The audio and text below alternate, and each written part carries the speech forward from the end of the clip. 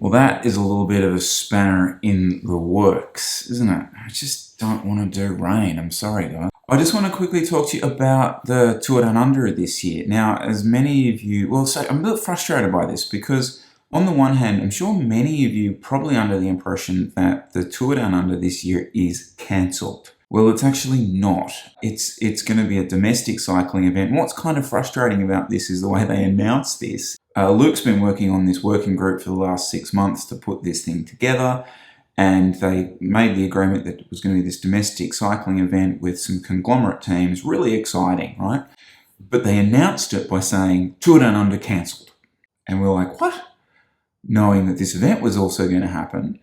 And obviously 2 weeks later then came out and said, don't worry, the tour's not cancelled. It's a domestic cycling event. Everyone come on down to Adelaide and we'll be a part of it. Like, that's probably not the best way to drum up marketing. Super Week in Adelaide, there's a men's and a women's race running from the 21st to the 24th, running along some of the same roads and courses that they use for the UCI Tour event, normally in January. But what I thought you guys might be super interested in is, well, what's going on logistically for us with COVID. Many of you might be aware that in Sydney at the moment, we are going through a bit of a coronavirus surge. Now, when I say surge, there was 3 cases in Sydney yesterday. I'm not going to get into the political aspects of that. Just going to tell you what the reality of the actual restrictions are. And they are that for myself, Jesse and Aaron, we are in the Sydney metropolitan area. We cannot travel to Adelaide without either self-isolating in South Australia or being outside the Sydney metropolitan area for at least 2 weeks prior to travelling to South Australia. Luke is unable to do that. Now, he is living in WA at the moment, but here's the best part. He's back in New South Wales at the moment. So essentially what you have is 2 riders and 2 of our major staff people unable to attend this race as it looks right now. So what are we going to do about it? I'm open to ideas. Like, you know, we had a chat last night with some of the guys in the team and we're like, guys, this is the reality. This is not how we normally organise a race, but there's a good chance we're not going to be able to come. We still want you guys to race because obviously we've got, you know, Dylan, Lee in Victoria. We've got Miles, guys in regional New South Wales who can get there, and obviously guys in South Australia who can race it. We need more than just those people there. We need sort of the Luke, the Aaron type people. So we were asking the guys last night, have you got any ideas on some people who might be able to help out, etc., etc. We've sort of asked obviously some of our own sort of people, Dan obviously included, who lives down in that part of the world. But it's, you know, again, a time commitment and a bit of a last minute thing. And they might not actually be needed because we might be able to go. 2020, right? But I think 2021, I just think that this is going to be the reality in Australia in the next 12 months, that we're going to be faced with situations where things are tracking along normally and then it's like, oh, well, actually, you and you can't come because there's 4 people with a case somewhere in your suburb. Like, that's just what we're going to face, I think.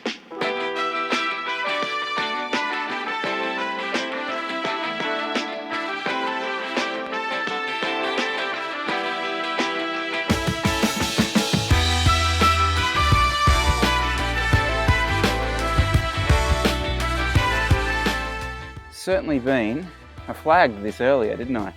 It's certainly been a very different festive 500 here in Sydney. Remember last year? Remember the fires, like that haze? Well, it was nasty, wasn't it? And this year it's grey skies. You know where we're headed, guys? I've got some bad news. I've got some really bad news. We're going to Centennial.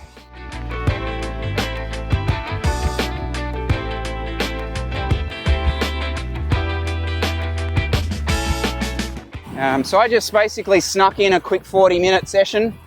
I had my little gatekeeper behind me there, keeping everyone away from me, which was very helpful. I don't know about you, but I think it's a bit busy now. It is a bit busy. For that kind of action. So I might get out of here. How's the Festive 500 going, Dan? 75. 75? 75 to go. 75 Ks to go, or? Oh, so 15 Ks. 15? It's the first time doing it. Oh, yeah. I've been too lazy or overseas. And it was a lot harder than I thought it would because you're just pissed half the time. Between Christmas Eve, it's just how it is. You wake up in the morning, you don't feel like going for a long ride. And it's easy to go for a long ride when you're going up north. We're going south every single time. Not my cup of tea. So. You bring up a controversial subject, Dan. I think I cut this out of a vlog I did the other day, where I was like, because we did our first ride was a south ride. Yeah. We got to the end of it and we were like, it's just highways. I hate south. So Yeah. you go up Bakuna Bay, it's beautiful. Yeah. But highways, not my thing. Yeah. No, I don't know. I get it for big groups maybe because there's less hills. Yeah. But still, I don't know. Didn't see any of the team bike expose yesterday, Dan, which wasn't really an expose. I haven't seen that. No, actually I saw the T-bike one. Gee, this is great content when I'm trying to sell the vlog to people. Now, I did one yesterday where I was kind of talking about like how NRS teams do bikes. Oh yeah. Like, you know, what do you expect to get, all this stuff? Yeah. Would you expect a bike for free if you were in an NRS team? No. Yeah. Well, that's because I know Yeah. a lot about what they do. Exactly. It costs a lot of money, there's a lot of travel. Yeah. You're basically doing it for the love. Yeah. And if you don't like cycling, if you don't love it, I mean, it's an honour to be in an NRS team. Yeah. It's a privilege. It's I wouldn't funny. expect the big bucks, right? I'm going to love you and leave you, mate. So good luck with your last 3 laps. Thank you.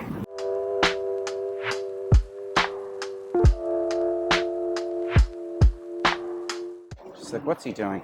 Yeah, cool running into Dan. So guys, it was interesting. So he was asking me about the mechanical group set, and I've seen that in the comments a few times. So I will say a couple of things, but for those of you guys who haven't checked out that vlog we did, really breaking down who we think mechanical group sets are for, pros and cons, etc., etc. I'll put that link below. I kind of stand by everything in that vlog. I think that's one of the best ones we've done this year. But what about personally? So where do I stand on it?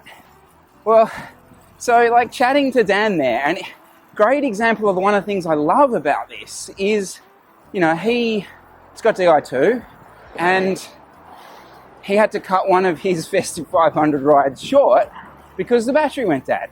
It was user error, hadn't charged it for months, etc. I don't have that problem. I know that I'm pretty much always an indexing away from just having perfectly running gears. So that's great, Chris. That's great. You've got a battery that doesn't die. It doesn't die on you. I hardly think that's the key thing. And it's not. Guys, I'll be 100% honest with you. Look, if you framed the question like this to me, you can have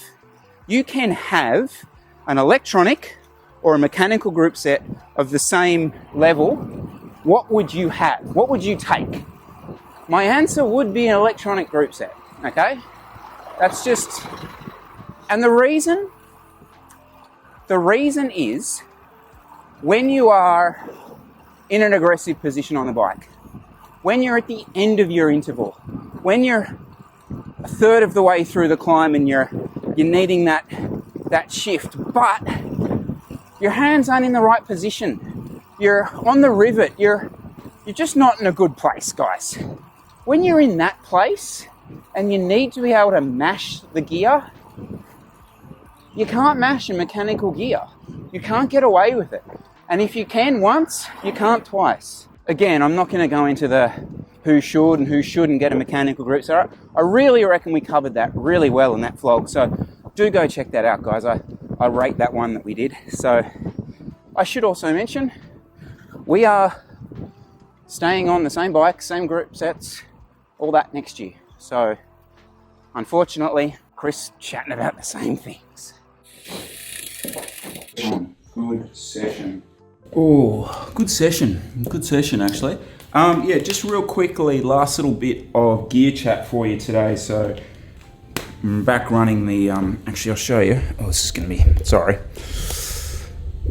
back running the cargos again today, as you can no doubt see there. However, the thing I wanted to show you was, so, not my cycling cap, I'm going to bring some luft into the show, so I don't like riding in wet weather, you know that. The one thing that I do find, this is specific for the Sydney climate, I reckon, and this doesn't necessarily have to be a Rapha brand, but my theory so far is this: a good waterproof gilet. Because for Sydney, when we're riding in the wet, it's never that cold. So I find if you run the full winter like style jacket, you're just gonna sweat up a storm. Whereas a good waterproof gilet, this particular one is the, probably should have checked this before I started talking on camera, is the Pro Team lightweight rain gilet. So it's got a really good lightweight fabric to it, and it's light, packs in the pocket. And when it starts raining, you can run it, and well, you don't sweat up a storm, and you're not just like sweating inside and wet outside. So that's kind of my thinking currently on this stuff.